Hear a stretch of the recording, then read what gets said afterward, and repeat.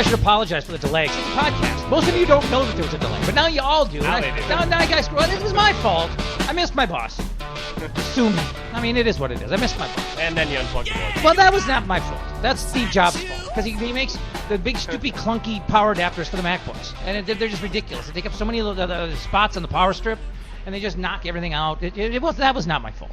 But we are at Burger Mo's. It is a Wild Wednesday. It is New Year's Eve. At least it is for me. For you, when you're listening, it might be 2015. It might be 2020, for all I know. But if it is, you got to catch up, man. I mean, you got to sit down for a weekend and just do one of those Netflix marathons on the Dubay podcast and try to get up to date a little bit. A weird week for the Wild. It's actually been a couple weeks. We got a lot of material because we did not have a show on Christmas Eve. So a lot of stuff to get to. Scott Schweitz is out of town. Tony Dean has brought an erstwhile fill-in. Did Derek introduce yourself? Tell the folks who you are and your credentials. My name's Derek Felska. I'm with stateofhockeynews.com. And I don't know. I guess I'm a hockey blogger out in the Wild blogverse. And okay, let's start this over. You can't just. We're trying to build you up. You can't go. Well, I don't know. My name's Derek, and well, I don't know. Very humble. So come on. No. Check your humility at the door. There can be too humble. No. To make these people. I check my humility every day when I go to school as a high school. Well, teacher. I do every day. That's pretty much it. I check mine when I take a leak, but it is what it is. Now but make these people believe you're an authority. I mean, you just fake it, man. It's radio. It's bullshit. It's true. So, what do you mean it's true? Christ. That turned on. Yeah, he's got balls when he talks to me, but he's all sheepish with the listeners. Well, no, someone could say teaching's bullshit too, but I guess that's what it is. But no, I guess I've been blogging for about 8 years. I don't know. I have some people that listen to me and follow me, so I guess I feel like someone cares out there in the world. And I guess, nobody cares. I mean, people want to read your shit. Doesn't mean they care. So don't get personal. Don't get touchy-feely. No, fair enough. I'm just messing. Cool Derek, deal, buddy. I'm just messing with you, dude. I love the old school North Star hat, by the way. Thank you. No, thank you. Anytime anybody wears North Star's apparel, I feel like I owe him a debt of gratitude just for not forgetting. What I would say about Derek is he's one of the Minnesota Wild content generators. He runs his own site. He always owns his stuff, right, wrong, regardless. He does a great job of profiling draft prospects. One of my favorite people because... Why couldn't you have done all this? He doesn't. You could have said this stuff. Well, no, I Look at how much better other people are talking about you than you are. He doesn't do the thing where he just regurgitates narratives, which can be the case with the mainstream media. Yes. Ultimately, when you have your own site and you have your own ship that you're guiding, you should create content that you believe in and that you stand by and you own, and that's what I'll always appreciate about Derek. I'm just kidding. So, and I appreciate you coming up with an idea, being industrious, and having to fill in for Scott. Scott's out of town, but he's texted me numerous talking points. It got to the point where I wanted to tell him, just stop. I mean, he's texting me something every minute during the show last night. No contact order. No, it's unbelievable. It's like, dude, you have to get this all out right now? Is this like is this cathartic for you? I mean, it was like cleansing. It was like he was on a psychiatrist's couch. But we will get to all of it. Let's start with the most recent game. We might work our way backwards. We might just hop around. But when they fell down 2-0 to Winnipeg, I mean, you remember when we sat here 2 weeks ago, Tony? We talked about this homestand being pretty crucial because it's pretty soft. I mean, it was a chance to make some ground. No question. And they gave it away. I mean, they were very disappointing. I mean, Derek, you saw the games. I mean, they had a couple of ties, a couple of overtime losses that get to the single point. They had a horrible, I mean, God, maybe the worst game of the year, regulation loss to Philadelphia. And then they give up, I believe an overtime loss to Winnipeg or a shootout loss to Winnipeg. Yep. And just a horrible goal. Just a ridiculous goal. I mean, I felt so bad for Curry. I mean, off the glass and off his back, and it trickled in. But then they go to Winnipeg and they fall down 2-0. I mean, and it is, at that point it is, the sky is falling at that point. I mean, you just gave away a homestand you had to have. Now you're competing with a team in your division that you should absolutely be better than, and you are now chasing. And you fall behind 2-0 against them. I mean, they answered. I'm not going to get all starry-eyed about this and get all romantic about it, but it's got to be one of those moments where you look back when they make the playoffs and say that was huge. I mean, if it's not that, then it's just another wasted game. I think more than just the losses, you look at how this team is talking about themselves, and you look at this is kind of one of those moments where they know that they're at a crossroads and they're not doing it, and it's all inside the locker room. You get from Chuck Fletcher that this roster is this roster, and you're not going to get an outside addition. You get from Matt Cook, from Parise that it's time to decide for themselves how the season's going to go. And this is a lot like we saw last year, the meeting in the desert.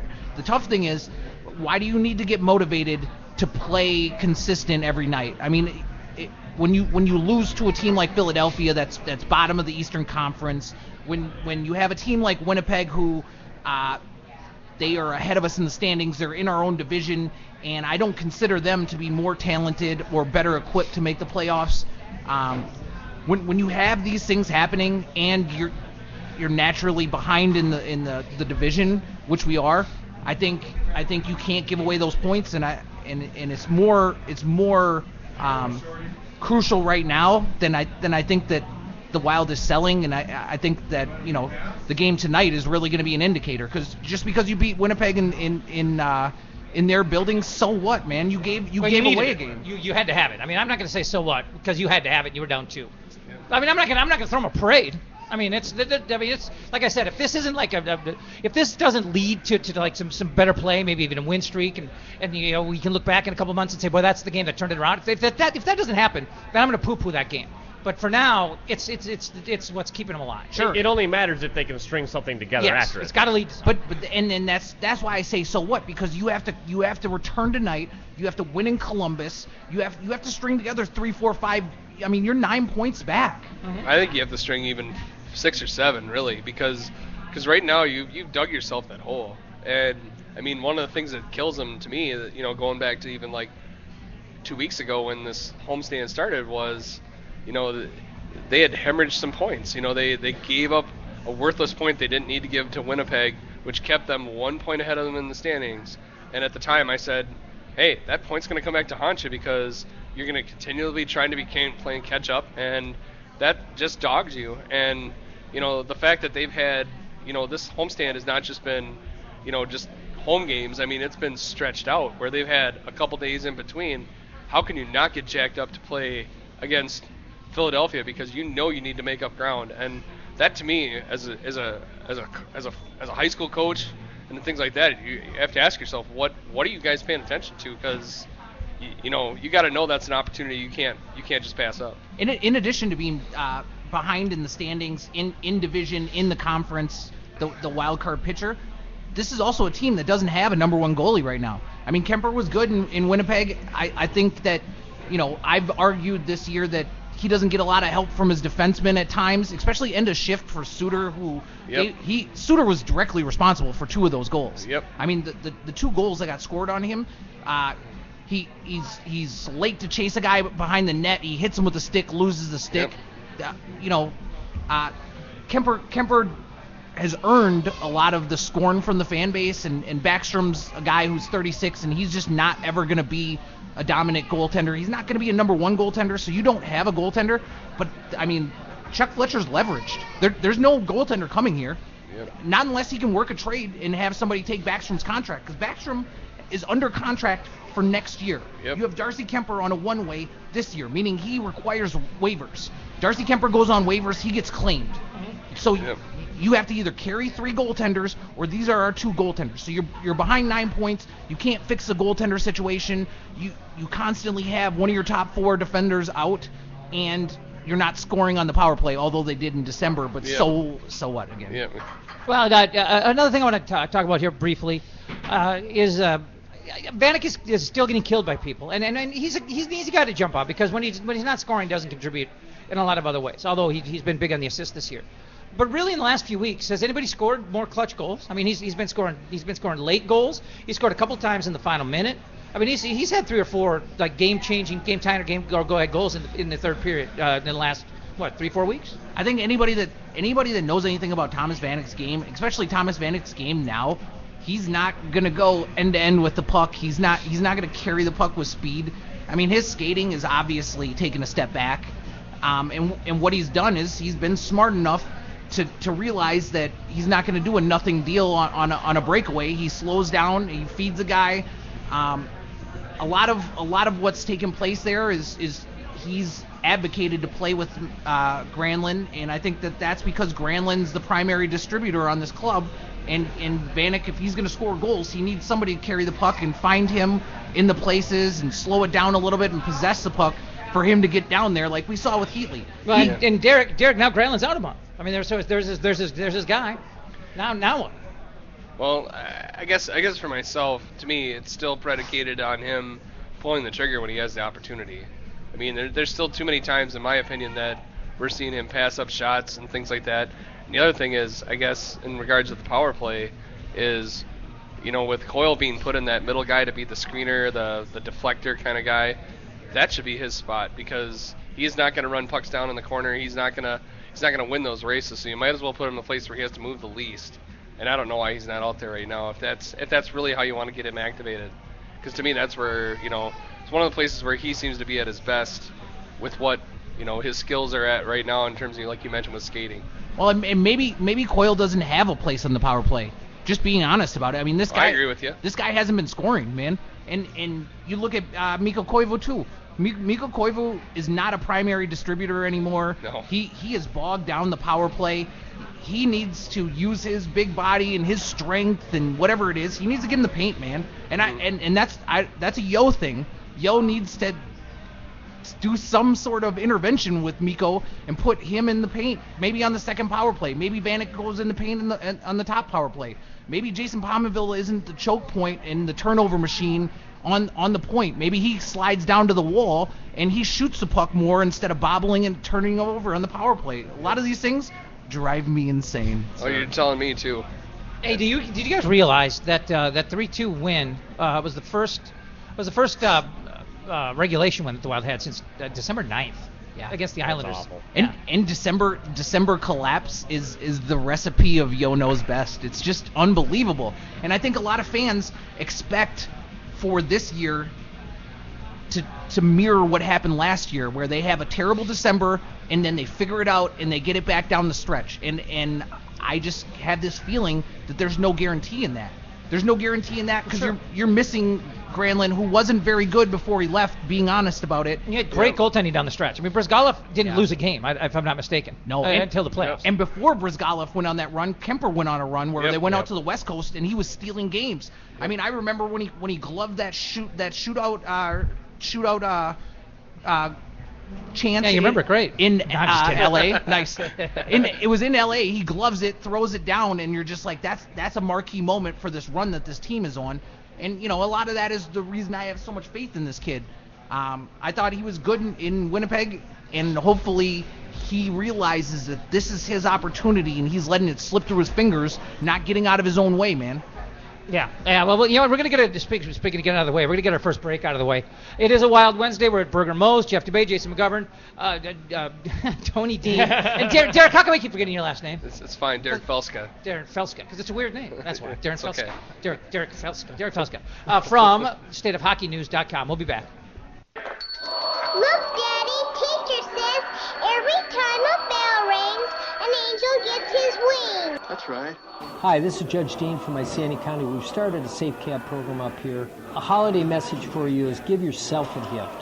Don't drink and drive. Call a cab. Call a friend. But don't drink and drive.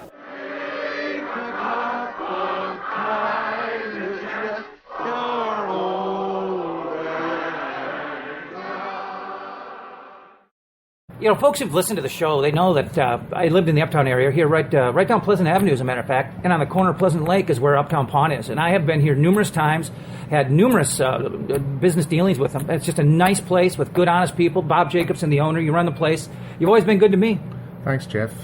We try. That's part of our business. We're here to help people, and so everybody walks in the door. We hope we can help. Well, what I've always appreciated is when people are nice to people who are the low man on the totem pole. Like when I was a bat boy, I like the star guys who are nice to the bat boy. Right. And I mean, I came in here and you guys didn't know who I was. You didn't know I had a radio show, and you treated me great. I mean, just a guy off the street. Listen, that's the idea with I think a smaller family type business.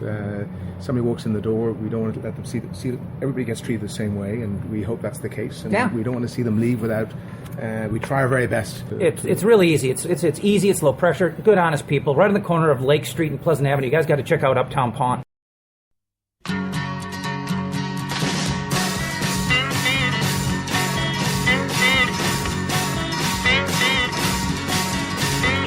The sweet, pretty things on bet now, of course. The city fathers they're trying to endorse. The reincarnation of. I almost started talking like I got a headset on. I thought, I better pick up the microphone first. I don't have a headset on. Derek's got the headset. I never wear the headset. Oh man, I mean that's just how out of it I am today. It's been a weird week. It's been a bizarre holiday week for yours truly, and I'm really glad it's over. I'm really glad 2014 is over because 2014 saw me coming. I mean, somebody called 2014 and said, "Hey, here he is. That's the guy right there." It did many times. I mean, it took me down the back alley and. Yeah, it bent me over. I ain't walking funny in 2015. I'll tell you that right now. But anyway, we're back. It is a wild Wednesday, and it is Wednesday. It's New Year's Eve for God's sake. And we're talking about a wild team that just struggled through a god awful homestand, and then pulled their fat out of the fire at least temporarily with the nice 3-goal rally to win in regulation. By the way, in Winnipeg, which is a factor because again, that's a team in your division that you're chasing against. Scott Schweitz is out. Derek Felske is in form from stateofhockeynews.com. Tony Dean, of course, and Jason McGovern.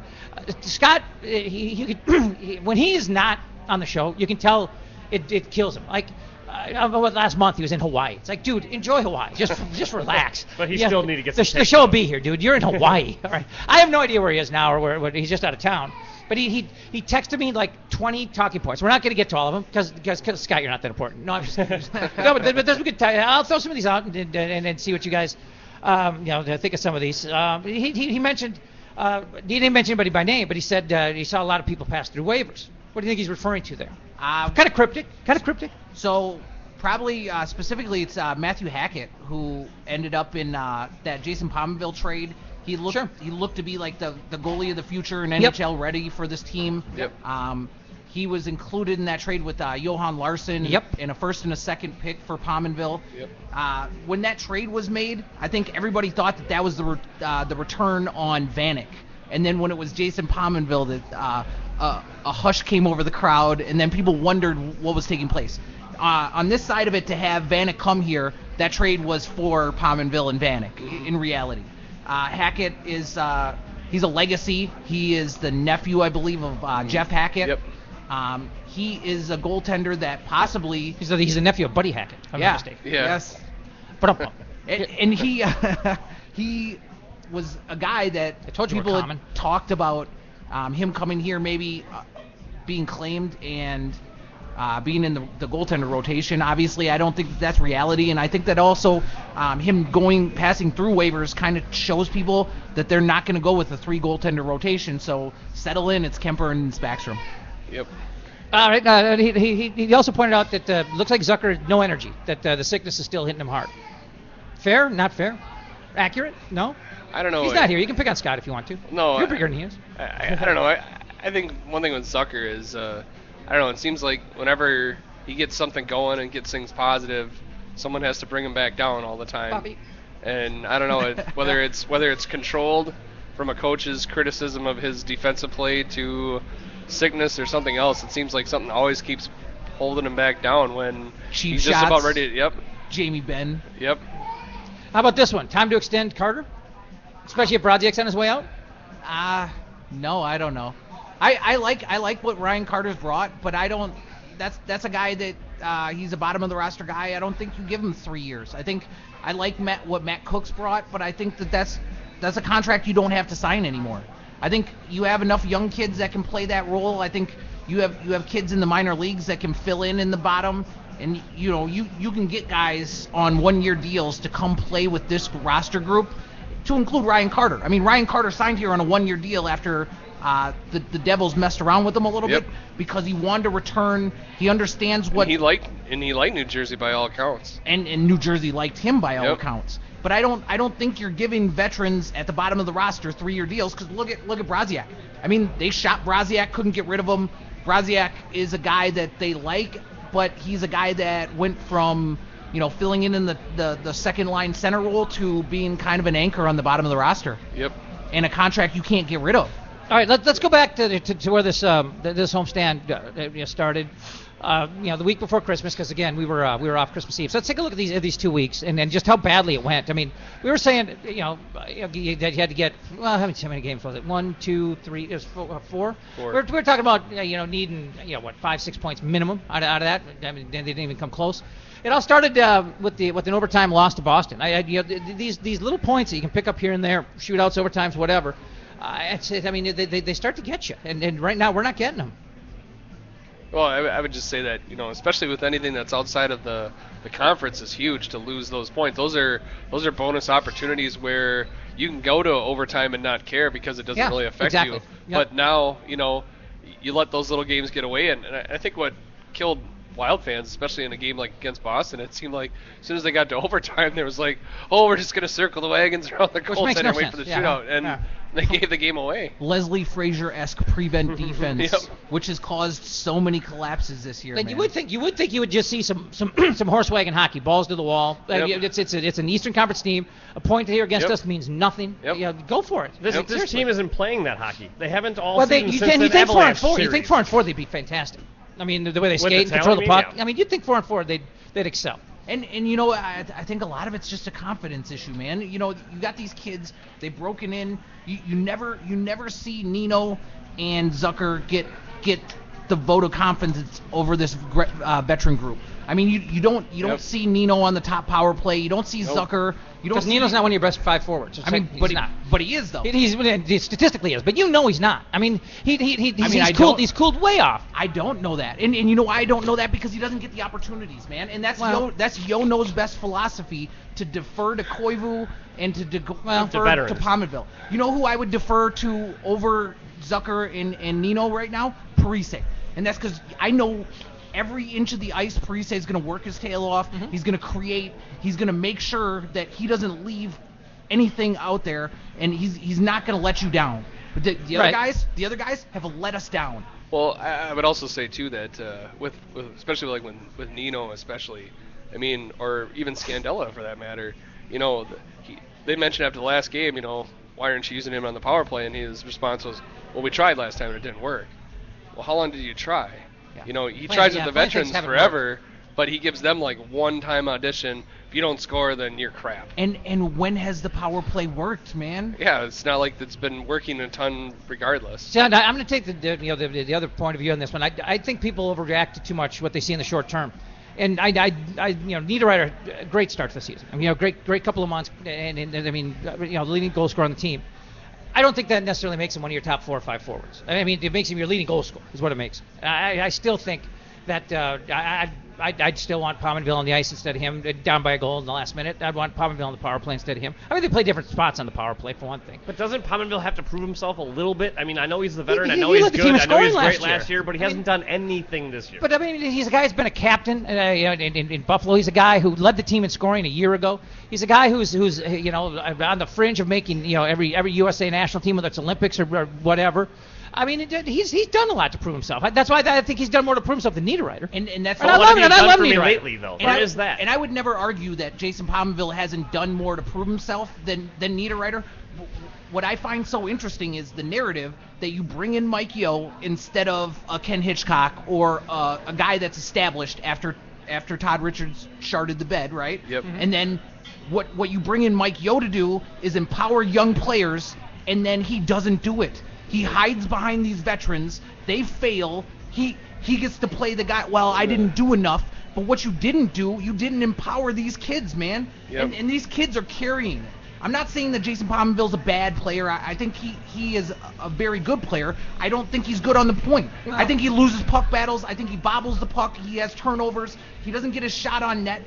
I'm not arguing that Nino Niederreiter is better than Jason Pominville right now, but Nino Niederreiter is a good player in both ends, and he's a guy that's going to go to the net strong. Well, here's where you got to be careful, though. I mean, if you go to the last month or two of the season last year and in the playoffs, you'd say the same thing about Haula, but he's shown you this year. My question is that as a coach, isn't it at some point as a coach you have to go with your hot hand? Yeah. I mean, ride them until they're not hot. If I have a guy, you gotta have a lineup. I mean, I know he tinkers. He's always going to tinker. But I mean, I can't turn the lineup upside down every night based on who's hot. But don't you lose? I'm sorry, I didn't mean to cut you off, dude. No, that's fine. I'm an overbearing asshole. Well, I am. As am I. I mean, I can't. I don't know what I'm going to do during this podcast. I'm going to have to just. Well, but anyway, I mean, I'll step in. I just say that. I mean, as you have a person that has, who's feeling it or is in the zone. To me, that's the guy. You let it go until it stops, and then you pull back away from it. Because to me, if you have a hot hand and you just keep reeling them in and keep putting them on the bench, you waste it. It's a wasted opportunity. And that's the thing. Like, players have to win the game. Players have to perform. This team, this roster of players, they have to dig themselves out. It's on them. But the primary mission, goal, influence of the head coach is to be on the temperature of this team, and it just seems like we're missing opportunities because when it comes to 4-on-4, you don't have Jason Zucker out there. You don't have Niederreiter out there. You have guys like Koivu who are good in both ends, but they don't have the skating. They don't have the carrying ability. They're not creating this fire wagon hockey that we talked about, and it's because you're deferring to these guys just without prejudice, and that's not going to change the outcomes. Well, back to devil's advocate for just 1 second, because Don Lucia and Tom Kelly both have said something similar about this, that everybody gets jazzed up about this guy's hot, move him up. This guy's killing it in the bullpen. Do you have a spot for him in the rotation? That kind of a thing. And this guy's killing it on the third line. Are you going to get him on the power play? Whatever. And then I heard them both basically say the same thing, but phrase it differently. But say, I just found a role where this guy's good, and now you want me to move him? You want me to jack him somewhere else? I mean, as a matter of fact, Gardy did it. Was it last year with Swarzak when I was in 1500? I said, hey, this guy's killing it in the pen. You think about putting in the rotation? It's like, geez, I just finally got the guy working good out of the pen. Yeah. I mean, let him enjoy it before I screw him with him again. But I mean, it's a little different in hockey because your role doesn't change that much depending on the line you're on. You get more time. You can get some power play time, whatever. But I don't know. And your strengths and weaknesses are the same, no matter who you play with, where you play. But there's just a documented history of avoiding taking issue with veterans. I mean, and if someone like Pominville was having at least an average season, then I can even see your point too, where it's just you got to let them. He's a veteran, let him come back. He'll get there eventually. But he's playing below par for himself even, and I think you got to send a message to him. And I think that what I hate about Yo, and I agree with you, Tony, is that he's so easily and so ready to send a message to the kids, but he's a skirt when it comes to telling his veterans, look, you're not performing, and he just won't do it. He picks easy targets. The problem 2 years ago was Granlund was underperforming and he was failing to launch. But who gets all the ire? It's Devin Setoguchi. It's Devin Setoguchi. He gets moved to the fourth line. He's actually he was playing an asshole. decent. I mean, that's not even the question. He's the Delman Young. I get it. Yeah. He's an easy target, and that's my main point of contention. I see a lot of fat hockey players. Devin Setoguchi's fat. Yes, Fat Danny Heatley too. Yeah. They were partying together. Yeah, they came together. Yeah, sponsored by Captain Morgan's. I get it. But here's Heatley comes here, right? First year, he's the most consistent guy, scores goals. He's in the lineup 82 games. The next year, always a great locker room guy though, which is the opposite of Setoguchi. The next year, doesn't move him off the top line, off the top power play, gives this guy every opportunity, and he doesn't pay it back. And at what point? Well, wait a second. He paid it back by being a stand-up. I mean, he's a stand-up teammate and locker room guy all year long. But that doesn't mean you stay on the first line. No, but it might buy you a little leeway. It might get you a little extra look. To not be in the press box, not on the first line, because you're wasting opportunity. Yeah, no, I agree. They stuck with him there too long. And you look at Pominville this year. I mean, if you're an asshole like Setoguchi, you're going to get the plug pulled on you sooner. I mean, I don't think there's anything wrong with that. Sure. But not only that, but it doesn't cost you anything. It's not a hard thing to do. You pull the plug on Devin Setoguchi, everybody's like, well, yeah, of course. You pull the plug on Mikko Koivu when he's not playing good, you create headlines. Yep. You can't come back from that. You're overcommitted to it. And Yo has avoided that. He's not a new coach. I mean, he got a new contract. What is his team? What is he gaining by not calling them? Well, but what he's gaining? He's gaining loyalty from the veterans. But but he's also not tearing these guys down in the eyes of the kids. I mean, these are the guys who run his locker room. These are the guys who are his pillars. I mean, like it or not, I mean, he can't be kicking sand in their face. Sure. I mean, but this year it was supposed to be the elevation of the Wild. And right now, they're not in the playoffs. I know. Right now, they're fighting for 8th place. Yep. And if they don't make the playoffs, guess whose job it's going to be? It better be. I think everybody goes. If they don't make the playoffs, I think Leopold... See, I think Fletcher's done a really good job. I think Fletcher's done a good job, but if they don't make the playoffs, this was supposed to be the year that they competed Well, the with one thing Fletcher could be criticized for is taking too big of chances on head coaching candidates. I mean, there's a lot of recycles out there, and he went way out on the limb on 2 guys. One was a miserable failure. The other is hovering. So. Yeah. But Fletcher's a smart guy. Yes. What he did was he insulated himself on coaches. He didn't bring in a Ken Hitchcock because he was protecting his ability to build this roster the way that he wants it. It's still a gamble after your first one, though. Well, sure. Yeah, it was. It really surprised me that he do it twice. I mean, Sure. it's one thing to do it once and be, well, I made a mistake. Let's go with a veteran this time. Mm-hmm. But now you're doing it again, and a lot of people are like, you got some cojones there to do that. Well, and the thing is, it made sense because it was a young team, a lot of guys that Yod had, down on the farm. But it didn't make sense for the team he had the next year, which was a veteran-laden team with big contracts. Yeah. And it's like they almost lacked foresight. Like it was a good choice for 1 year. And the narrative doesn't fit the situation. If you keep Mike Yeo, if you bring in Mike Yeo, if Mike Yeo's good with kids, then how come he defers to the veterans over the kids and doesn't empower them? The narrative doesn't match up to me. Now, there's been a lot of talk about the finally seeing Howla, and it was deserved. I mean, he's been awful, and I think when a kid like that struggles, he digs himself a deeper hole by pressing and making mistakes. But he's got great speed. He's a good two-way player. He can score goals. I mean, he looked like a real complete guy last year, complete guy. And I do think guys like that the second stomach starts to go bad, they can start to press, and the hole gets deeper. But what caught a lot of fans' attention is that he was not what you've been harping on here is that he was not hesitant to do that, but he's hesitant to drop Koivu a line or take some playing time away. But again, I don't think that he has to worry about how Howla looks in the locker room. I think he has to worry about how Koivu looks to his teammates. I think he's trying to keep those guys built up. Sure. I mean, you don't have to worry about it with the kids. But if you're suffering through the type of stuff that they're going through this year, you shouldn't worry about how you look in the locker room. You should try to create wins, man. Well, yeah, but I mean, because you're going to be out of a job. Well, yeah. Well, I guess my question only is I mean, if you're a player like Howla, I think really he was obviously one of the stars of the playoffs for the team last year. Yeah. And you go through all that, and then you have this year where you have guys, I think clearly a lot of veterans really coasting and dogging it, and you've been busting your butt. What does that say to you? And yet you have one bad shift, and you're relegated to the you're nailed to the bench, but the guy who kind of rounds off his shifts and glides back to the shift change, he keeps playing. Every time his ice time doesn't go down at all. And isn't that the biggest indictment of Zucker supporters of Yo previous to this season when Zucker has launched? Yeah. Is that Zucker gets the unreasonable accountability from Yo when shift by shift accountability versus the other guys who have bad games, and who cares? You have the Heatleys and the Brodziaks of the world that continue to be bad every game and have limited potential, and they don't get the accountability.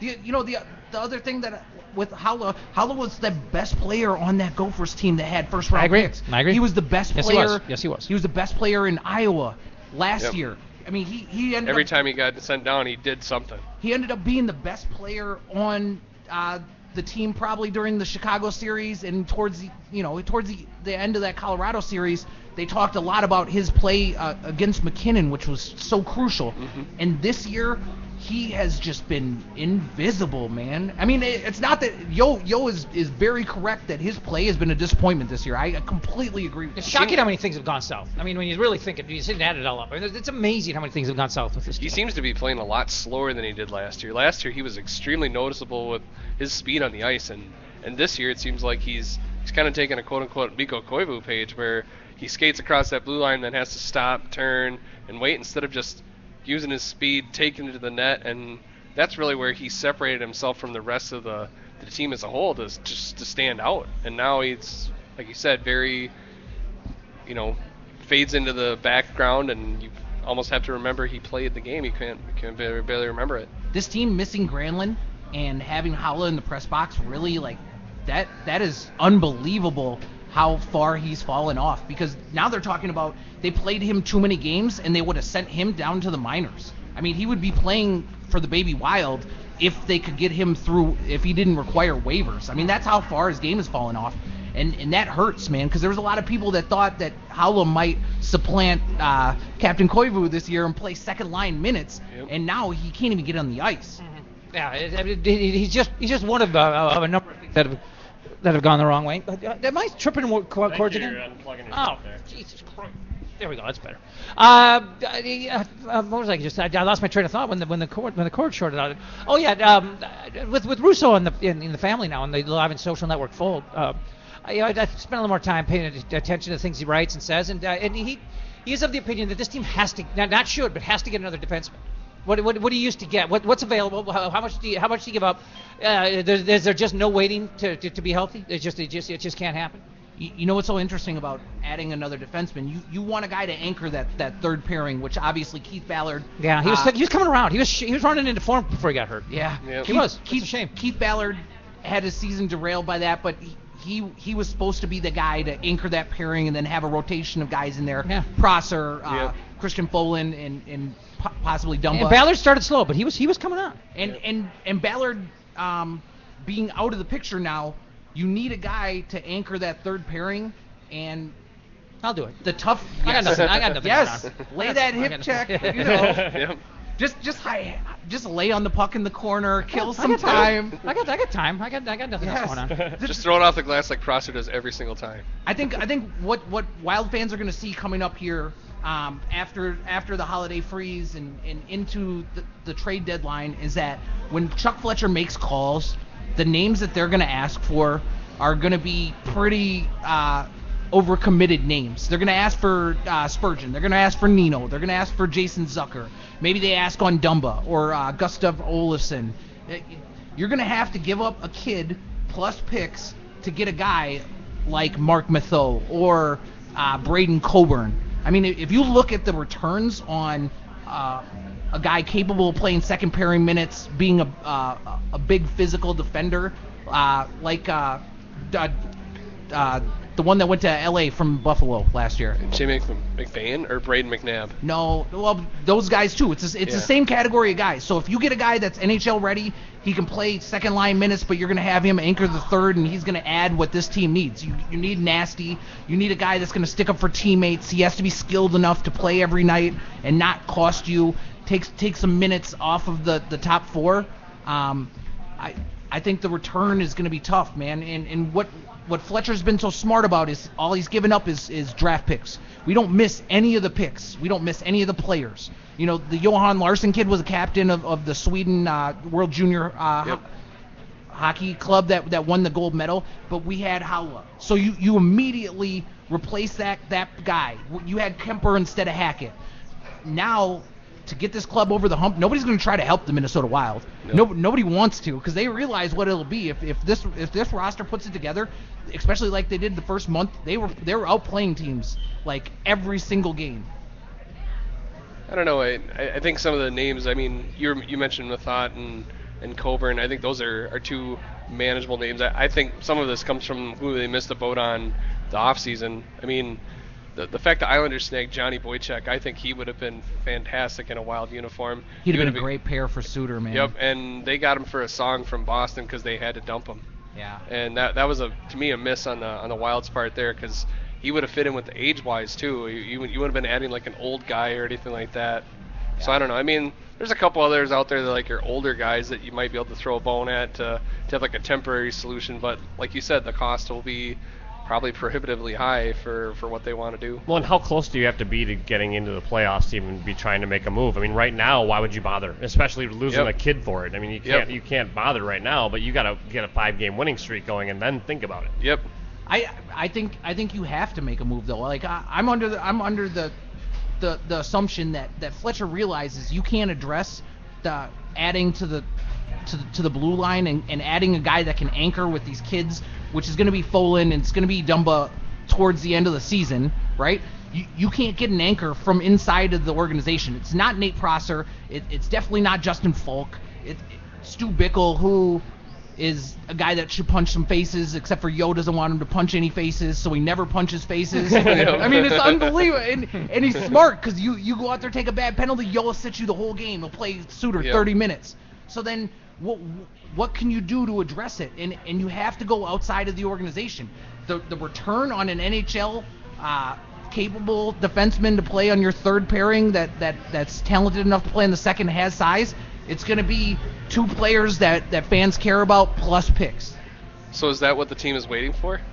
Is the guys in the bench in the locker room waiting for a move to be made so then suddenly they can get their ass in gear? I know when Russo, who is on an Alive and Social Network show, yep. with Suhan, when he talked to Chuck Fletcher told him to tell the players basically and the public you're on your they own. Should not be waiting because this is the group. You shouldn't wait for somebody to ride in here on a white horse because it's not happening. They need to figure it out. Is that also a posturing move, though, too? I mean, you can't let the rest of the league know you're desperate to pick somebody up either. Always. And being honest about it, some of the greatest trades that have been made in Wild history involve Fletcher giving up nothing that he would get called on. The ones that he gets ripped on are the Leddy trade. Yeah. I mean, and Leddy's not what this team needs really right now. I mean, he's just another soft offensive-only defenseman. And you have guys that can score. I mean, you look at Scandella. Well, he get up on the power play. You look at Scandella, but Leddy, is Leddy any different than Jared Spurgeon? Is Leddy any different than what Jonas Brodin brings? Because he is different because he can't play if his team's up a goal late. Sure. So he's not as good as Spurgeon. Sure. And he'll disappear completely. So not only will he Jesus Christ. That trade sucked. And I mean, I was mad about it for a long time. But I mean, Leddy's not what this team needs right now. But I mean, nonetheless, I mean, he was a hell of a lot better than Cam Barker. I mean, it was not a value for value move. Well, and you know what that was? That was chasing the dream because you can add a guy that went in the top 5 of the draft and he has all the talent, and then he shows up here and he gives nothing, and then he bounces around the league and gives nothing. He's out of hockey.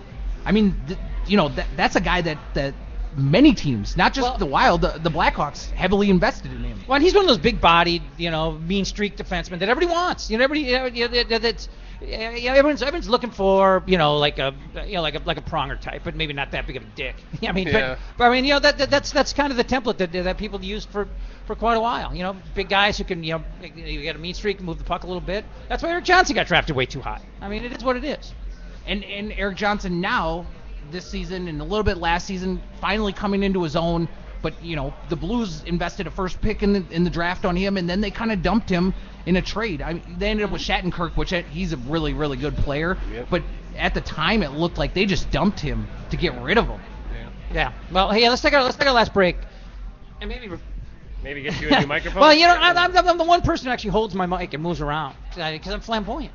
And anyway, let's see our final break and come back and wrap up this Wild Wednesday from Burger Mo's on New Year's freaking Eve. Okay, last year, 2013, I lived just down the road, Pleasant Avenue, just a few blocks here from Uptown Pond, which is right on the corner of Lake and Pleasant. And, there are a couple of times, you just try to get to that next payday, maybe a couple of bucks short. If you've got some items, jewelry, diamonds, electronics, I mean, you come down here and they give you a fair price for it, and then you come back a week later, 2 weeks later, whatever, you get it back at a real reasonable price. So we're very competitive, we hope, on different angles, in different ends and different articles. Computers, electronics, TVs, jewelry. We buy, we give loans, and we also have emphasis on diamond jewelry too, that we also try and give credit for the best we can. We're specialists in that area also, so it's an all-round sort of combination. Well, it's a great place. It's a nice, clean place with honest people, and I tell you what, it's got a real family feel to it. As a matter of fact, it's tied into Strauss family, and I go way back with the late, great Jerry. So, I mean, these are people I know and people I trust. You can find them on Twitter, too, by the way. They're at Uptown Pond, and also on Facebook, Uptown Pond, and uptownpond.net. Hi, I'm Terry Daniel, and I've been a voice actor in Minneapolis for over 2 decades now. How often are you getting compliments on your voice? Now is the time to do something about it. If you're interested in getting into voiceovers, please contact me via my website at universalvoicetalent.com.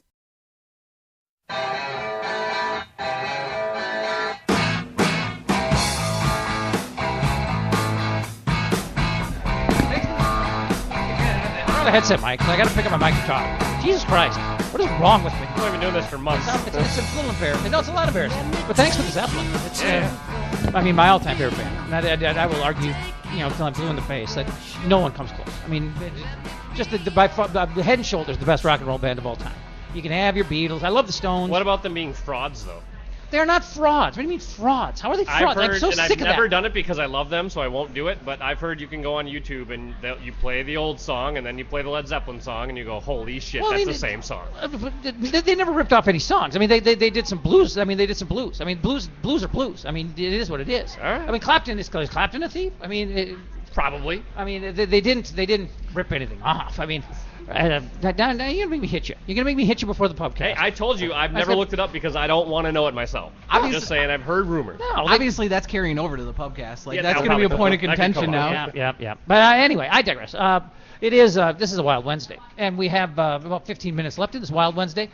Gives us a chance to. We've done some grousing. I mean, there's been a lot of grousing on this show the last few weeks. I mean, not last week, just Christmas Eve. But Not a whole lot of positivity to be found. Well, I mean, but Minnesota. you mean by not having a show? or No, I mean about this team and this Wild Wednesday show. It's rough. Yeah, well, yeah. I mean, as a matter of fact, everything went south for me when I left here a week ago today. 'Cause that's when I got home and the whole rental situation melted down. Was after I left here. I left here a happy man, but things changed fast. Things can go south in a hurry when you hang around me. There's very little doubt about that. But again, it's not about me. It's Wild Wednesday. It's Wild Wednesday. So keep me on point here. Let's talk solutions for once. I mean, what do you want? You want Koivu on the third line? You want Koivu off the power play? I mean, give me some solutions. You want Niederreiter on the power play? I mean, you're good at telling me what you don't like. Tell me what do you want to do? What do you want to do? I think we talked about it before the show, and I think it's definitely worth bringing up that maybe Koivu doesn't play the sidewall anymore. Maybe he parks in front of the net and he uses his size and strength in the paint on the power play. Maybe the second power play. Maybe on that top power play, maybe Thomas Vanek plays in the paint. Maybe Coyle doesn't play on the power play. Maybe you use Marco Scandella in his shot where Jason Pominville is. Or maybe you put Spurgeon there, because I really like Spurgeon there, and you got to get Spurgeon going. You got a lot of maybes. I want answers. You give me maybes. Well, everything. I'm not asking you to prom. I guess I'll be definitive. I'll say that. Thank you. I want Scandella instead of Suter. I think two things. One, I like Scandella's shot much better than Suter's, and two, I think it's important to give Suter a rest, and those are minutes that you can afford to put him off the ice, give him a chance to recuperate. Otherwise, you're just making it that much worse, because now he's going to have a minute-and-a-half long shift because he always has to extend it that much longer when he's on the man advantage, and I don't think he's very good anyways. I don't think he moves the puck quite fast enough, and his shot's not nearly good enough to set up those secondary chances. I mean, Suter out there, that'd be a bold move. He's looking to throw it on the goalie anyways. He's not firing it. He tosses it. Yeah, Yep. he tosses it at the net, which can result in goals. Well, but you got to get like Vanek up front. I mean, you're looking for deflection as much as anything. But Vanek's not up front. Where is Vanek? No. I mean, where's Vanek been on the power play? Yeah, that's true. I mean, he's had some deflections. He hasn't had a lot of goals. We talked about it. I think if you're going to have Suter play on the power play, then you need a guy next to him that's going to shoot the puck. They have Pominville there. I don't think that's worked. I'd like Pominville to move down the boards and have somebody pass out from behind the net. A lot of when they played good was when they had the puck below the goal line, behind the net, forcing teams to guess which side it is. So kind of like the old Andrew Burnett stuff. Yeah, I mean, an Andrew Burnett power play maybe, because that's why you brought the guy in. Yeah. That's why you brought him down and you sold the narrative that bringing this guy in. You say narrative a lot. I know, man. But it's good. It's all proper usage. It's all a story. The context It's all is dead story. on. I mean, don't get me wrong. Yep. And I think you're in love with the word a little bit. Well, the reason I say narratives You said it because twice in the car. because the Wild is in love with narratives. They sell this stuff, man, and they sell it through the mainstream media. And that's why a guy like me or a guy like Derek, I write at Hockey Buzz, he writes at State of Hockey News. When we write stuff that calls into question what they're selling, then we get made to look crazy. When in actuality, somebody else with access should be calling it into question. And I get it. You don't want to ruin your access to the team, but you can't. Did you just call out our new member of our network? It sounded like you might have. I have many times, and he still has a little bit of love for me. Well, you know what? You got to ruffle some feathers. You're not afraid. He knows I'll track him down in public. Plus, he knows you're a cop. I mean, he's like a nice guy. I mean, seriously. I mean that too. But I care about feelings. That's all I ever do is care about feelings. Oh, please. Mostly mine, sometimes yours. Don't cry in the basement. Yeah, exactly. Derek, did anything other than Scandella? To remove Suter from the top power play and replace him with Scandella, I'm not going to condemn it. I'm just going to say it would take brass balls to do it. Yep. And the only I don't think Yo has even styrofoam balls. Well, I mean, he doesn't have the balls it takes to make that move. He's got like 2 styrofoam peanuts. You know what? If he made that move, it would be a lot easier for Fletcher to fire him if they missed playoffs. That's true. I like how this got a little personal recently. Yeah, we're talking about coaches' testicles now. Yes, that's got to be personal. He makes a super impressive angry tough face after the game's already out of control and the Wild is going downhill. Yeah, he has a nice you're talking about Yo or Derek? Both. Well, Derek's very stoic. Both. Derek's changed. He's changed very little since the show began. He's measuring us, is what he's doing. He's always measuring us. Let me phrase that. His expressions have changed very little, but he's become much more assertive. So he's sneaky assertive now is what he is. So keep an eye on him. Confidence is growing. I'm typical Minnesotan. I'm passive aggressive. Yeah, we got like that. But you live in Wisconsin. So here he goes true. again. True, but I'm from Minnesota. I can't pin him I'm down. from Minnesota. I'm from Elk River, so he humbled his way in. Don't pigeonhole this guy. To take over. No, but I mean, the only other change that I would do personally I would drove give here from Mauston to Niederreiter. do the show, by the way. Sorry. From Mauston? Boy, oh boy. From Mauston. That's dedication. I know. Or Mauston, whatever. I mean, rough neighborhood. They don't even know what hockey is, most of them. But no, I'd probably put Niederreiter on that other right wing shot and let him shoot, because to me, one of the biggest separators of any player that ever shows up on this team, if I could just give one tiny piece of advice, is shoot the frickin' puck. And he is willing to shoot the puck. And, things will happen then. The guys that won't, sorry, pass. Try somebody else. We want somebody that'll pull the trigger. You want to make an impression on this team, you want to make a difference, shoot the puck, because there's so many guys in the team that won't. You might as well. And this team sounds dumb, relies on being on the perimeter. You're right. They rely on fancy passing and perimeter stuff way too much, to the point that they've seen leads evaporate. They've given away points this year. It's not that they played bad. I love this team. I love the roster. I think that they have the shot to make the playoffs. But you can't let leads go away. You can't give away points. And you can't dominate an entire game, have a team score 3 goals on you in 10 shots. And you can't have a 5-on-3 where you spend most of the time just passing around from point to the wall, point to the wall, point to the wall. And if we all know it, and we're not NHL coaches, NHL coaches certainly recognize that. But to me, that's not scheme as much as just you get some timid guys. I mean, just make some better decisions on the ice. Don't be such a pussy. I agree. Especially if you're one of the veterans. I always look at him when I talk. I should look at you when I talk. You agree with me. Especially when you're one of the Teflon veteran guys that you're not going to lose your ice time no matter your performance. I mean, those guys should be shooting, playing reckless, trying to get wins, killing themselves. The only guy that's doing it is Parise. But we're not even taking shots in overtimes against Eastern Conference teams, as Derek pointed out. A better point than you've made in weeks. No, I'm just kidding. Nice. I'm just kidding. I'm just trying to let it fire on you, Tony. I'm just kidding. That's why I bring a guy. A new member of the St. Paul law enforcement. We're very proud of you, man. Allegedly, all I do is care about feelings. Well, I've always had bad luck in Ramsey County. So I mean, when I cross the river, I'm always uncomfortable. Well, it's good to have you. It's good that maybe you could have my back. It's good that we're making good choices, man. I think you should always get credit for it. The other thing I want to say that I appreciate that you have provided this medium for me, and then I can share it with people like Derek. There's a lot of... Oh, it's an extra large for Derek. There's a lot of... No doubt. Everything's extra large for me. Yeah, he's not going to get into it. Just being honest. There's a lot of Minnesota Wild content creators in the internet community that should get their shine, and when Scott wasn't going to be here today, I knew we were going to miss him, and I approached Derek. I don't miss him. Nice. Well played. Well, he's the best looking guy on the show. So, I mean, when Scott's here, it's a prettier show. I think he's making the most money, too. That guy's sneaky, much pretty. His ride is sweet. You ever taken a ride in that GMC, whatever the hell it is he's driving around? No. Dude, I'm telling you, he should wear a big Huggy Bear hat, because it's a pimp ride. We should let him back on the show until he sponsors it.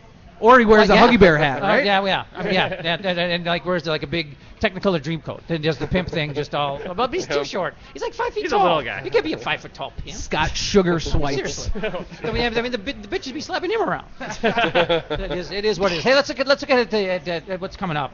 Last time we did this 2 weeks ago, we thought, it's a nice little homestand, chance for him to pick up some easy points, get back in it, and it completely fell apart. And then we were so pissed we didn't even do a show on Christmas Eve. But I had to go stand in line at a Chinese restaurant. I mean, you can't get there early enough. You cannot get there. I mean, the Jews are out in force, and they all know each other. I should have had a name tag, because everybody else knew everybody else. But I was like the new kid in school. But anyway, it was a cool night. It was a fun night. Thanks, by the way, Linz, for taking me. Very cool. So anyway, we look ahead.